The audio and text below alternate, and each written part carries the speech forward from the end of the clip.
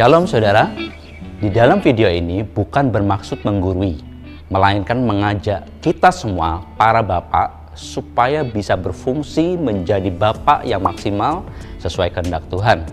Jadi kita akan bersama-sama belajar dan ingin terus mencoba jika belum berhasil. Tujuan utama dari video ini adalah menyentuh hati kita para ayah atau bapak, supaya kita sadar ternyata menjadi bapak bukan dimulai dari gereja atau pelayanan di luar sana, melainkan mulai dari rumah. Oleh sebab itu, dalam sesi pertama ini kita berbicara tentang menjadi bapak di rumah dan di gereja. Suatu ketika ada seorang ayah yang baru saja pulang dari kerja dan merasa sangat lelah sekali, dan tiba-tiba anaknya datang dan berkata, "Pak, ayo pak, main bola yuk." Kemudian papanya menjawab, "Papa lagi lelah nak, nanti aja ya, besok aja, papa mau istirahat dulu." Nah, biasanya jawaban nanti bisa menjadi besok. Jawaban besok bisa menjadi minggu depan dan akhirnya tidak pernah terjadi. Akhirnya anaknya tidak pernah lagi mengajak ayahnya untuk bermain bola, malah justru bermain dengan anak-anak yang lain. Saudara, pada saat itulah bapaknya sadar sudah kehilangan kesempatan untuk menjadi bapak untuk anaknya. Kita semua pasti pernah merasakan hal seperti ini. Betul kan bapak-bapak? Nah, kita akan melihat dua kebenaran di dalam firman Tuhan. Yang pertama, di dalam kitab Maleakhi pasal 4 ayat 6 yang mengatakan, "Maka ia akan membuat hati bapak-bapak berbalik kepada anak-anaknya dan hati anak-anak kepada bapak-bapaknya, supaya jangan aku datang memukul bumi sehingga musnah." Dalam ayat ini ditegaskan bahwa yang Tuhan kehendaki adalah hati bapak berbalik kepada anak. Hati bapak dan anak yang mulai menjauh harus dikembalikan dan dipulihkan. Ayat yang kedua kita lihat di dalam Efesus pasal 6 ayat yang keempat yang mengatakan demikian, "Dan kamu bapak-bapak janganlah bangkitkan amarah di dalam hati anak-anakmu, tetapi didiklah mereka di dalam ajaran dan nasihat Tuhan."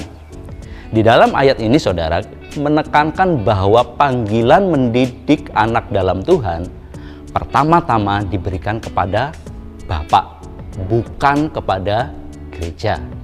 Jadi jika dua ayat ini dirangkum, kita tahu bahwa kita para bapak harus membawa hati anak-anak kita kembali kepada Tuhan. Dan hal ini bukan dimulai dari gereja, justru dimulai dari rumah kita. Saudara, kadang saya juga pernah mengalami hal yang sama. Waktu saya pulang dari kerja atau pelayanan, lalu saya berupaya untuk berinteraksi dengan istri dan anak-anak saya jadi kurang fokus, saudara-saudara. Saya kurang maksimal dalam berinteraksi. Tubuh ada di rumah, tetapi pikiran saya masih ada di pekerjaan atau di pelayanan. Akhirnya Roh Kudus mengingatkan saya dan mengatakan, jangan bawa-bawa masalah pekerjaan atau pelayanan di luar sana untuk masuk di dalam rumah. Fokus saja pada keluargamu. Di situ saya sadar dan mencoba lagi untuk menjadi bapak yang efektif dan maksimal. Saudara, rumah adalah tempat latihan pertama kita belajar menjadi bapak. Anak-anak kita belajar tentang Allah dengan cara memperhatikan kita.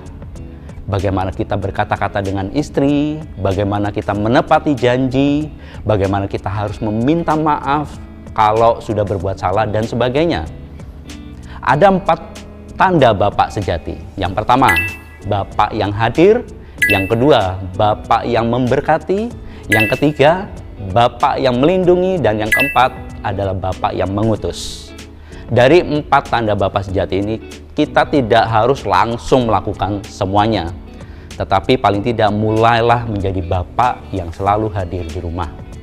Saudara harus ingat, anak-anak kita tidak membutuhkan bapak atau ayah yang sempurna, tetapi bapak yang mau hadir bersama dengan mereka.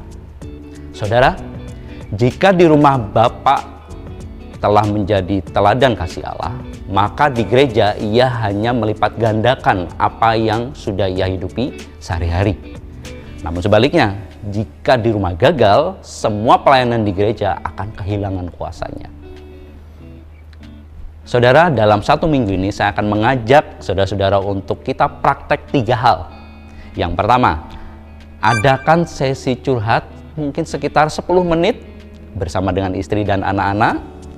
No HP, no TV, semua dimatikan, dan bisa dilakukan saat makan malam atau sebelum tidur. Saudara bisa curhat bersama. Yang kedua, ucapkan minimal 1 kalimat yang memberkati istri dan anak-anak.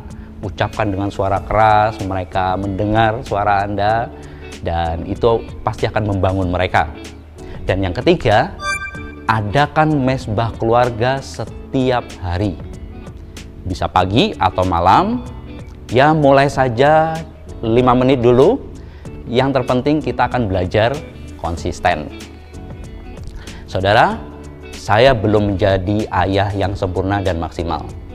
Tapi saya mau belajar melalui pengetahuan, dan saya praktekkan pengetahuan itu di rumah.